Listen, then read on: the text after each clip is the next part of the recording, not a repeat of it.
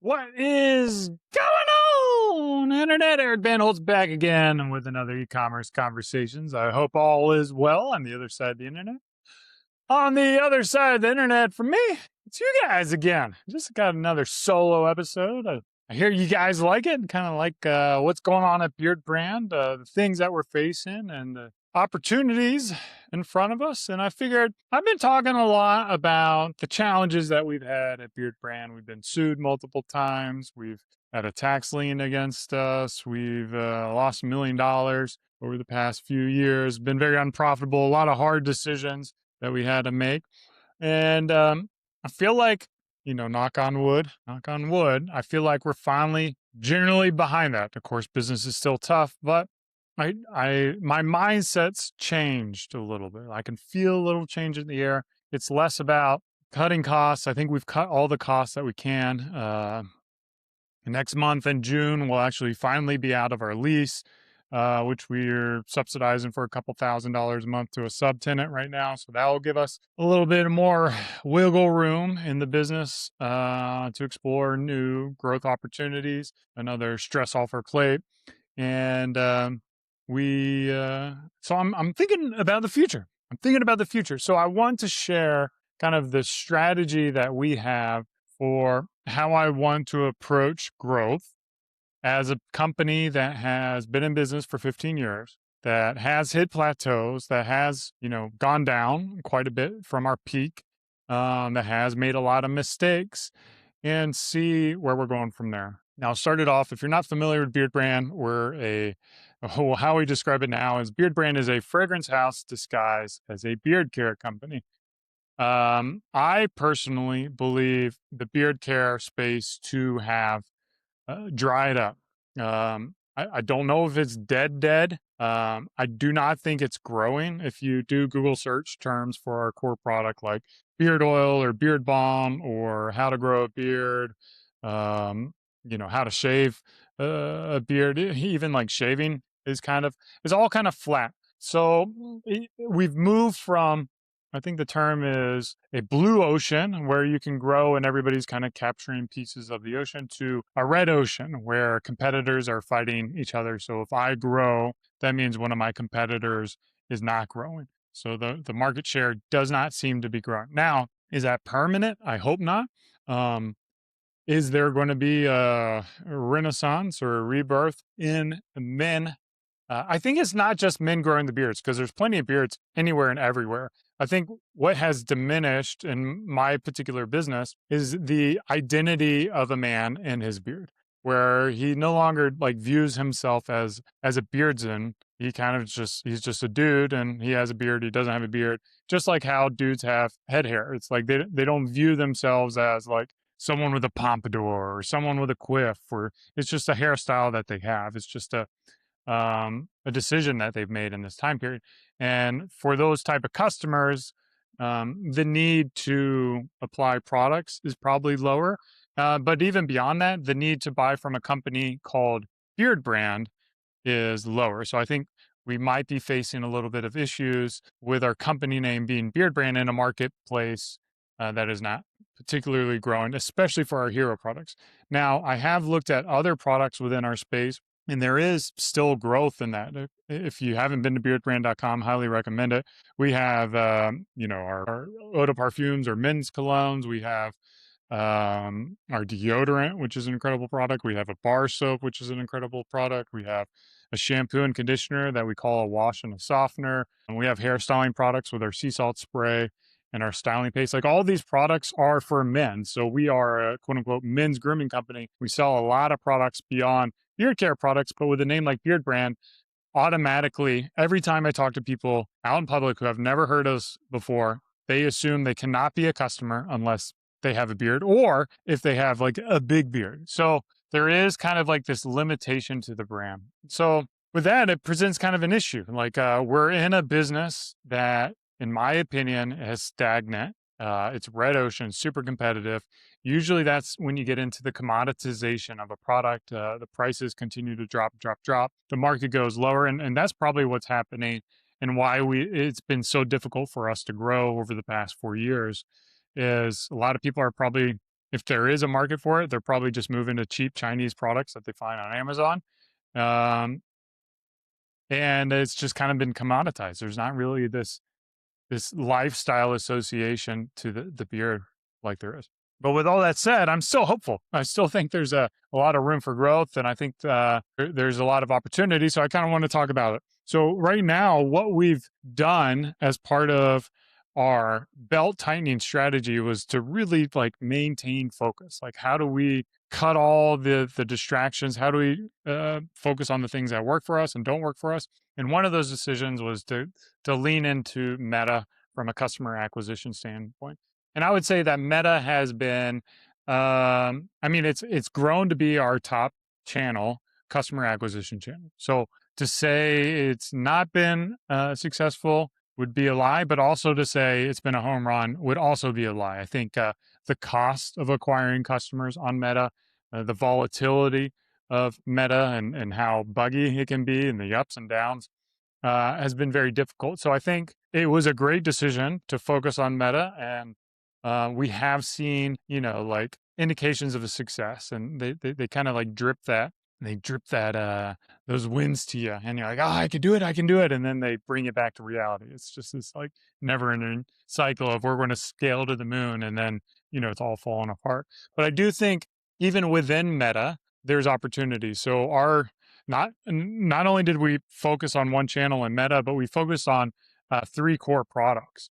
And I think the opportunity is like we can introduce more of our product categories to Meta. And this is going to kind of be a theme for how I talk about what our growth strategy is, the mistakes we've made in the past, which I'll get into, and the way we're going to grow is like, how can we do the things that we're currently doing, but better? One of the things I think we do pretty good is Meta, and not to say there's not room for improvement, there is. So that is how we think about growth. We think about adding more categories. We think about really dialing in that customer acquisition channel, really figuring out how we might be able to partner up with other content creators and be able to get exposure to new audiences and new channels of growth. So Meta is going to be a big focus for us as we continue to grow in the future.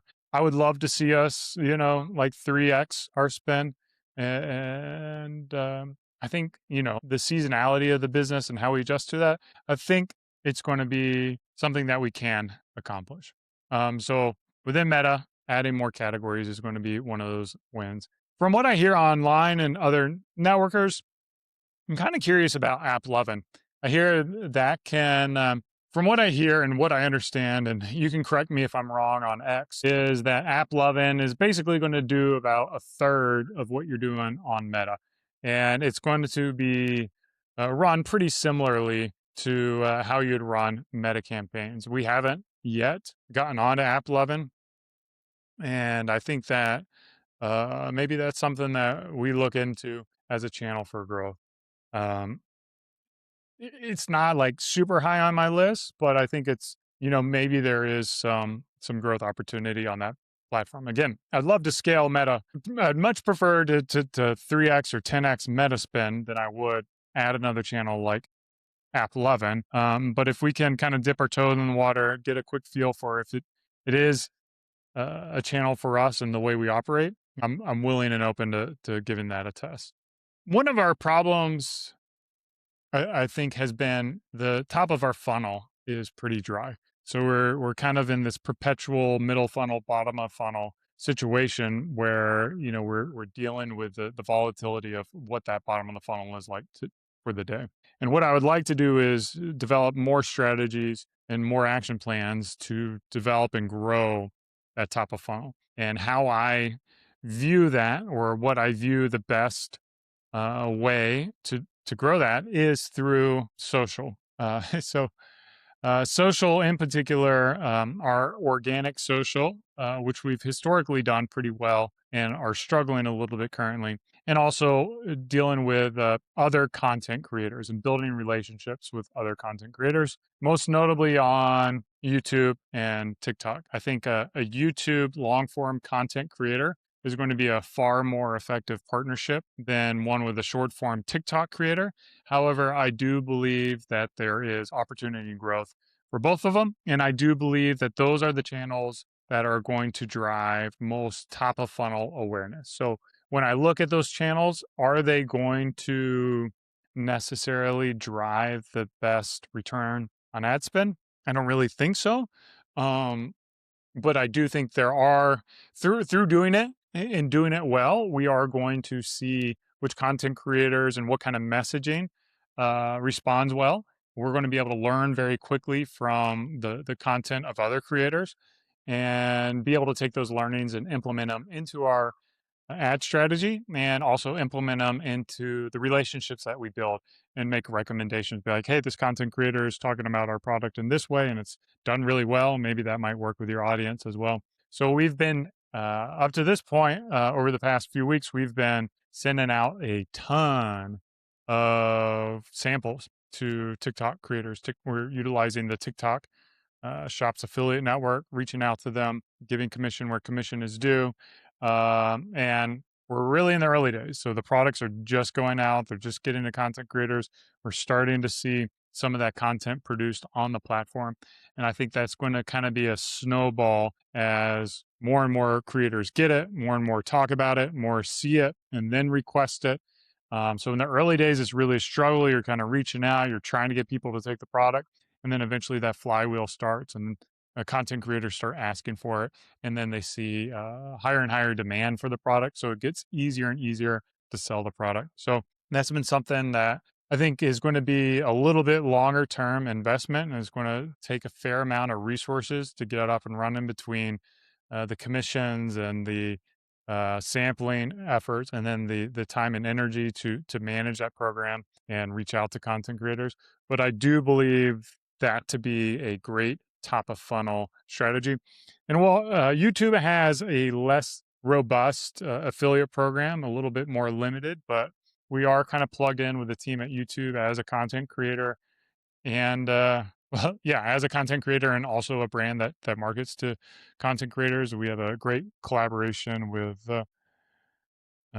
Jeremy Sires. He's a content creator. If you haven't seen his content and you're a dude, he does like real man's bands kind of stuff, guns and knives and barbecue and whiskey.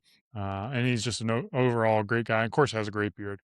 Um, I think there's even more opportunity in that as well. So we'll see if YouTube can build out a platform that is as robust as TikTok. I would love to build on both platforms as well.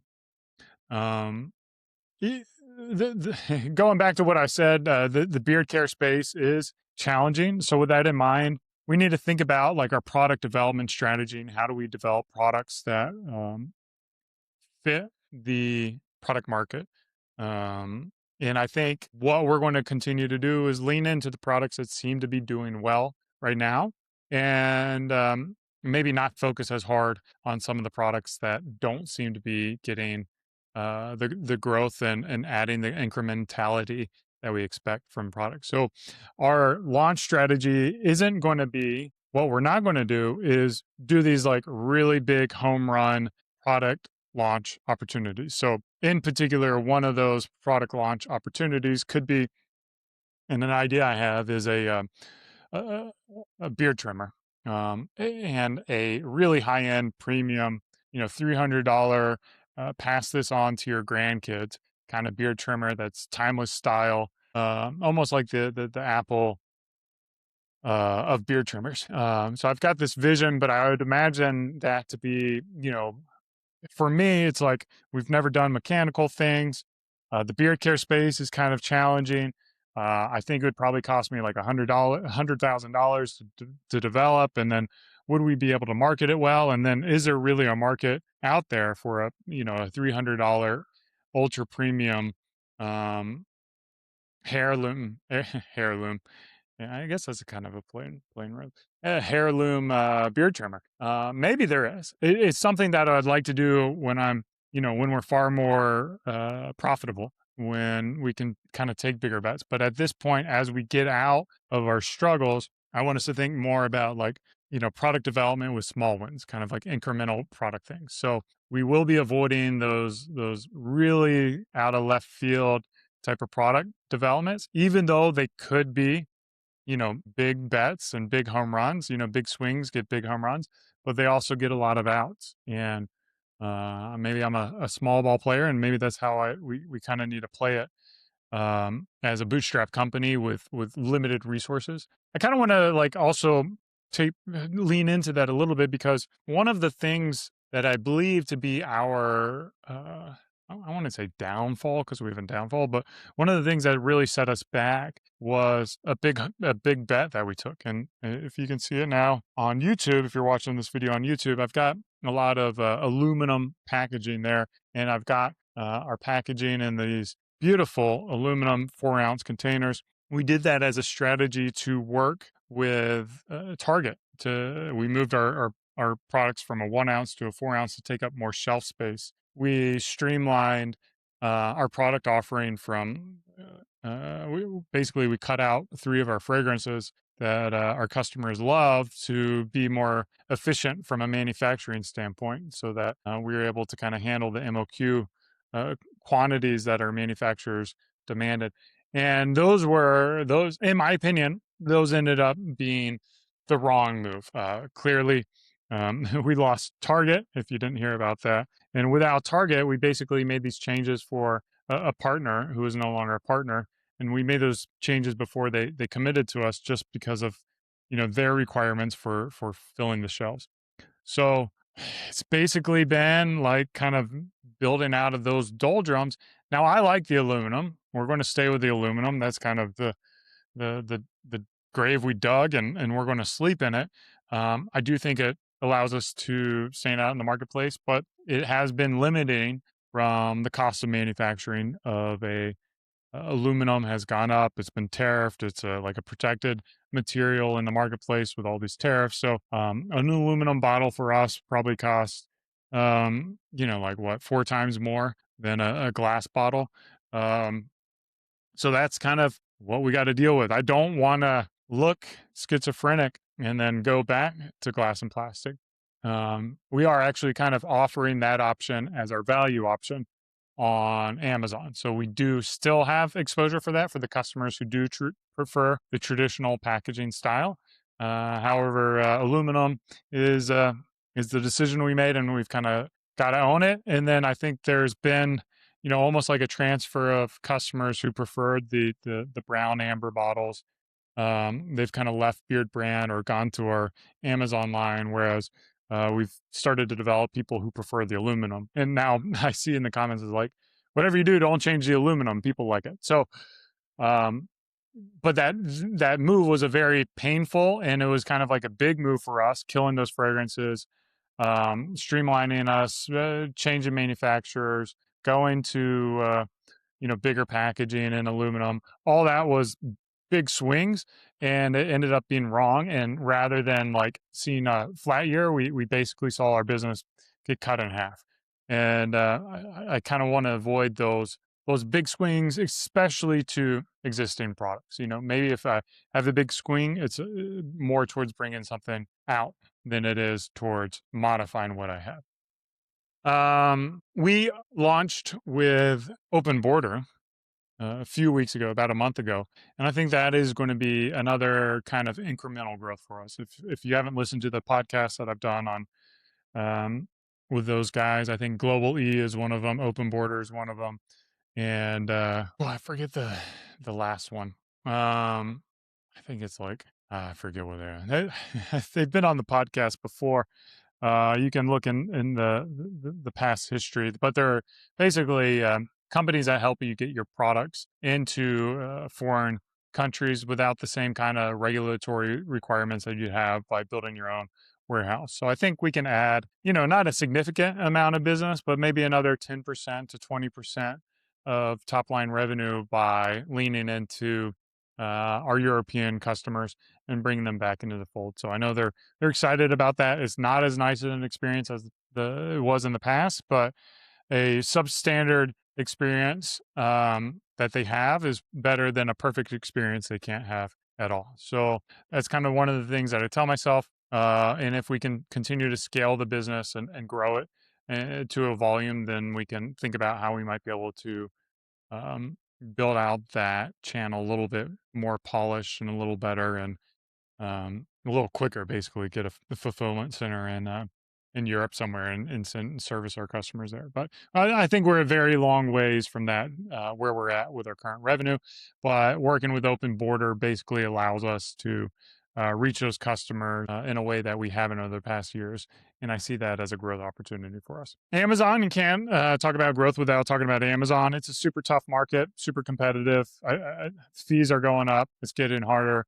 We're just going to bite the bullet and see if we can lean into that, lean into the higher price ads, see if we can acquire more customers, and if we can, spend more money to acquire customers on paid, to see if that does have that lift on organic. We've hit this plateau that we haven't been able to get through and away over the past really like 3 years, I guess, is how long we've been doing Amazon.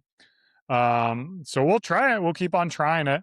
And we'll see if we can get past it. And if we can't get past it,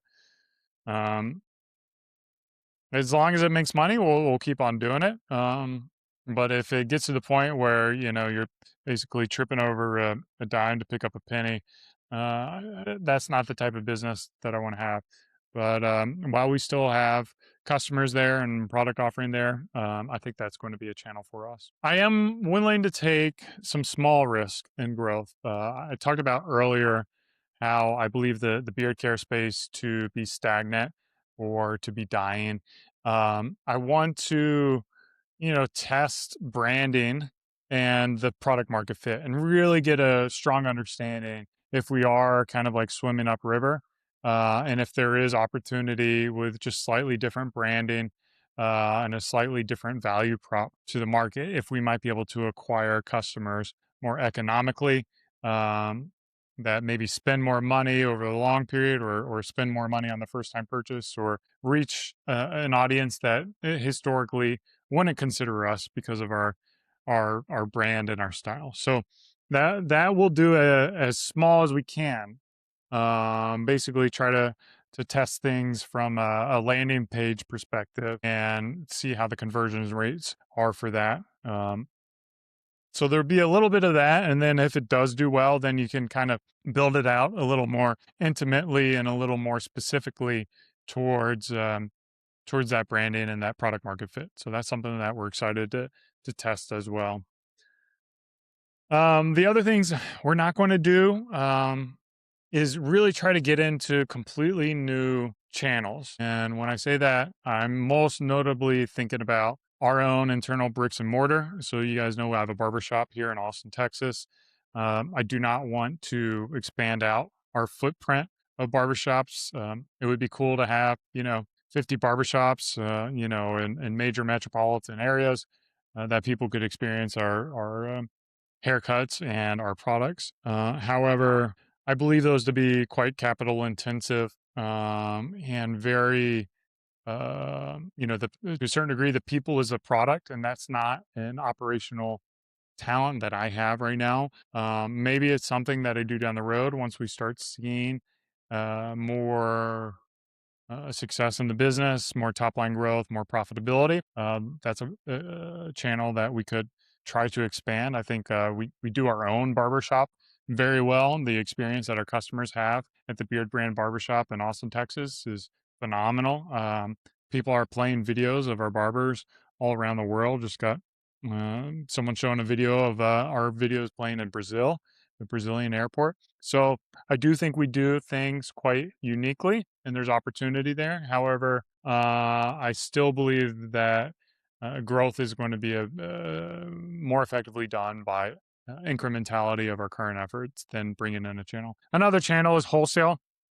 I think wholesale is, we'll take the easy wins where if there's a retailer who's coming in who wants to sell our products, we'll work with them, especially if they're focused on bricks and mortar. So that's going to be like pharmacies, other barbershops, and salons. It's going to be smaller retailers. I probably, if Target came back to us or Walmart came to us and they want to carry our products, would I consider it?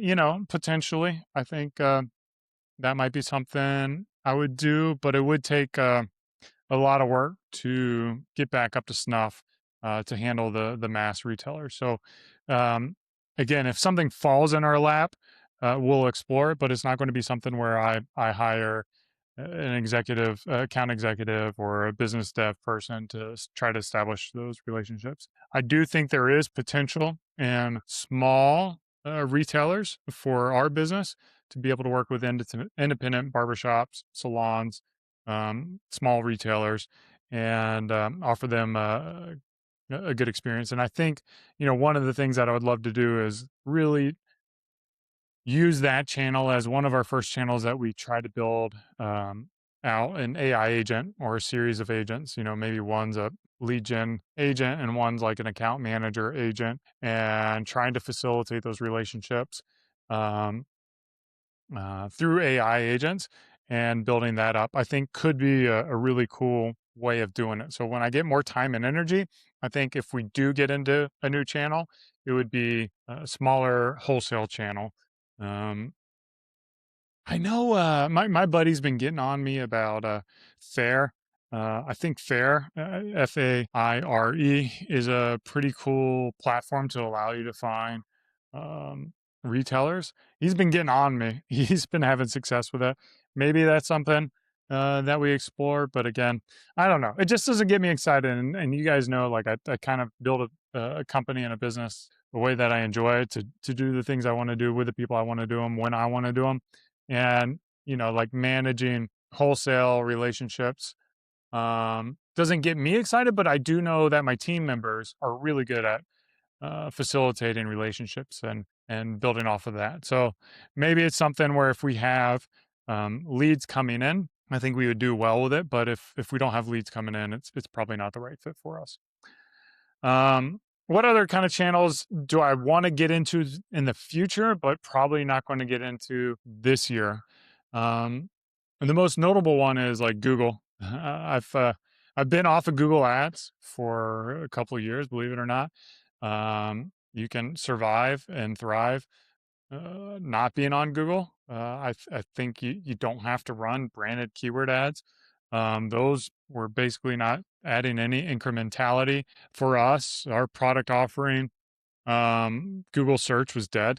They focused on more low cost players in the search results, not premium options. I do think there's opportunity in AEO or AI search optimization. However, it's been less of a focus for me. Like in the past, we might have really leaned into SEO, and SEO is a great way to acquire customers really economically, historically speaking. However, I think that game has just changed so much that I'm not sure organic SEO is worth it. I do think there's opportunity in organic AEO, but what does that look like? Um, what are the best practices for that? Those tend to also be kind of the best practices for SEO. So if you do good SEO, you're going to do good AEO.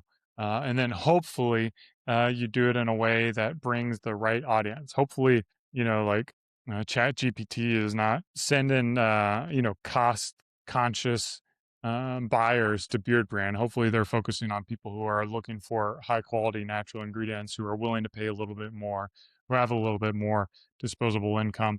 And then that way we can try to collect the customers who are more likely to convert than customers who aren't a direct fit or a great fit for our brand. So I think that's something that I am hopeful for, but it's not going to be a significant or major growth channel for us. YouTube marketing is also kind of the same thing.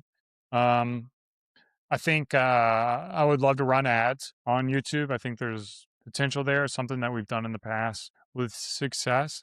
Um, but along those lines, what I want to do is continue to optimize the way we create organic content. I want to feel confident that we can produce organic content in 2026 that is engaging and our audience responds with and also converts. And I think for to be frank, like I've been in this game for 15 years and just kind of burnt out on it. Like creating organic content for 15 years, you say everything you want to say, you say it in the way that you want to say it, and also the audience kind of changes and they want content delivered in a different way. So you've got to learn it. And do you have that passion to learn the new style?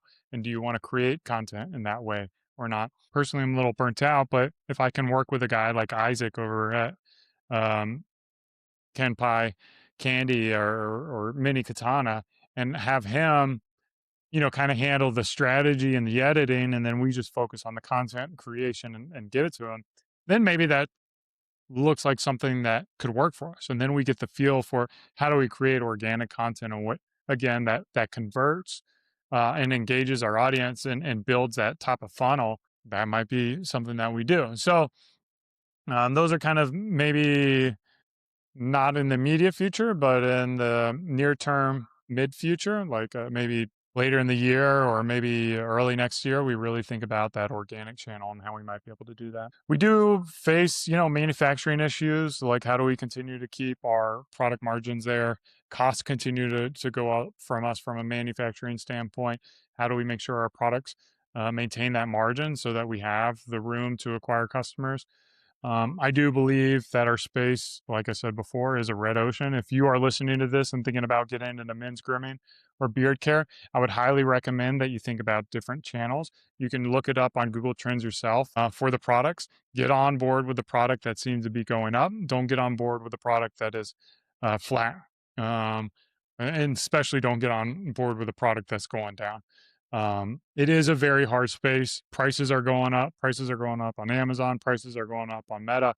Um, you have to become more and more excellent just to maintain the same kind of margins that you were in the past. So if you're not willing to operate at an incredibly high efficiency and skill set, then there's really no opportunity for you because you're just going to have your lunch eaten, and it's going to be tough. So that's where we're going in the future. I'm excited about it. Yeah, I'm excited. Knock on wood. Like I said, the worst is behind us, and pretty hopeful for the future. Hope you guys head over to X. We have such a great D2C community. So there's so many great builders. I get so inspired seeing what everybody's doing. So many people are winning. So many people are also struggling, and they're talking about the struggles. They're talking about their lessons that they've learned. D2C X, incredible community, great builders on there. As always, thanks for listening. Cheers. Keep on growing.